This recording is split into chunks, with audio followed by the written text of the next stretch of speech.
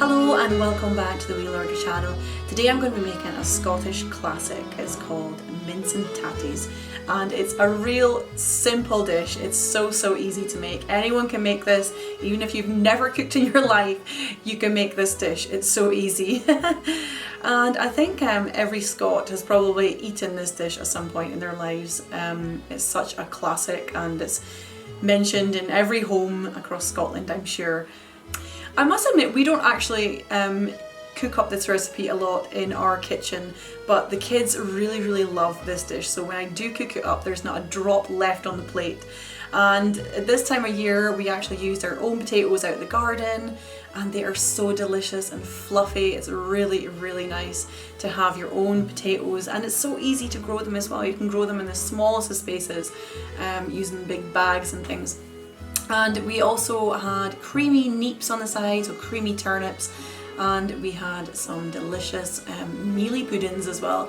And we actually nicknamed my two girls are called Mealy Maggie and Mealy Mary because they're addicted to white puddings. They absolutely love oatmeal, and it's basically just greasy oatmeal. So it's real hearty stuff, and it's really nice to have on the side of this kind of dish. So let's get started on this recipe. As I say, it's so easy.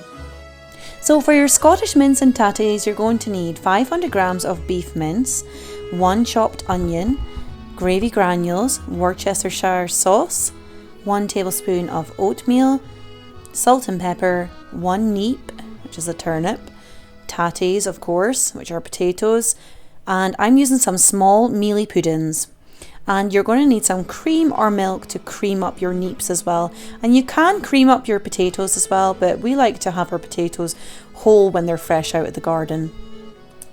You're going to start by melting your butter in the pan. Now this pan is actually clean. It is just quite a bit old now and it's really stained on the bottom, so it's definitely a clean pan that I'm using. So add in your onions and stir them up until they're a little bit soft, and then we are going to add in our fresh beef mince.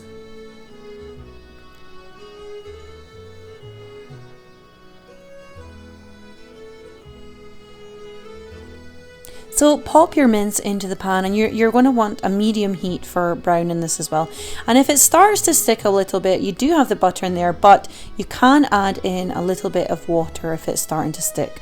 So just mix that through with the onions until it's completely mixed through, and we're basically just browning this. And you want to add some salt into this as well, just to season it. So a good teaspoon of sea salt should do the trick.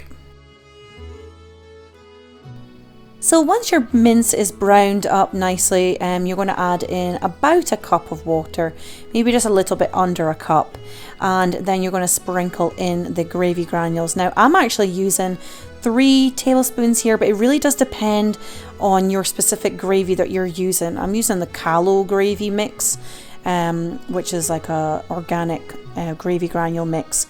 So it does just depend how much you need to add depending on the gravy granules that you're personally using.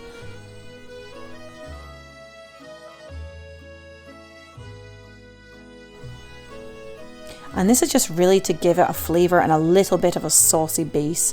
And I'm adding in the sauce here as well, the Worcestershire sauce. I can never say that correctly. But I'm just putting in a few sprinkles of that, and I'm also adding in some pepper as well. So you might need a little bit more water.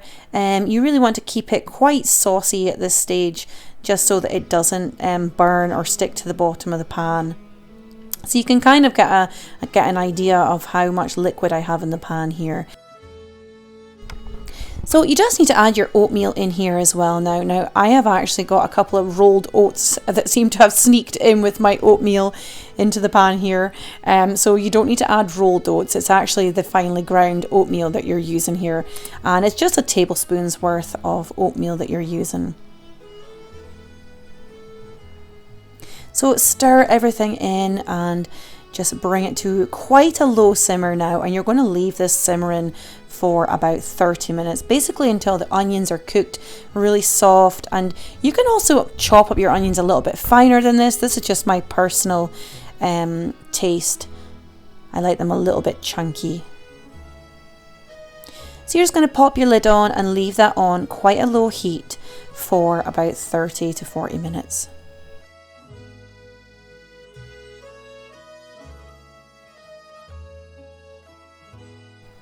Just keep checking on it as well and giving it a stir. And I'm just boiling up my neeps here as well.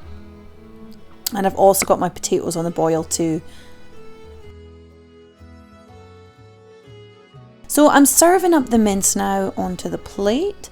And it's lovely, and all the sauce is kind of cooked down and it's just got a really nice flavour.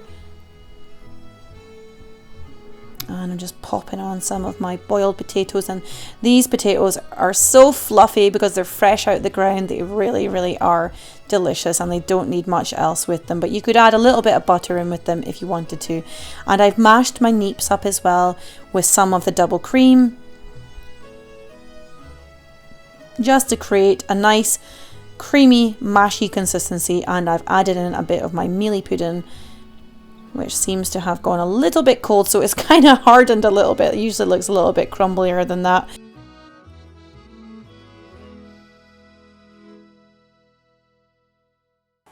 So thanks for watching. I hope you enjoyed your classic Scottish plate of mince and tatties. As I say, it's such an easy recipe, but I thought I would just share this one with you because it is such a Scottish classic dish, and it's one that a lot of my friends had mentioned when I asked them what their favourite Scottish dish was. So there you go. I hope you enjoyed it. If you did like this video, then please feel free to click on the subscribe button below, and if you click the little bell next to it, you'll be notified of my new videos coming out as well. I usually do about one recipe a week, but sometimes I do a bonus recipe, and this week I actually have 2 coming out. So if you click on that bell, you will be notified of my new videos coming out as well. I'm also over on Instagram, so please feel free to pop over and say hello. And if you do make this dish, tag me in the photograph and I'll share it on my stories as well. I love to see people making these recipes. And this recipe is also going to be in my free ebook, which I'm currently in the middle of creating. And it's just a bunch of classic Scottish recipes, so it's completely free. And I'll be keeping you posted on this channel as well when that free ebook is available.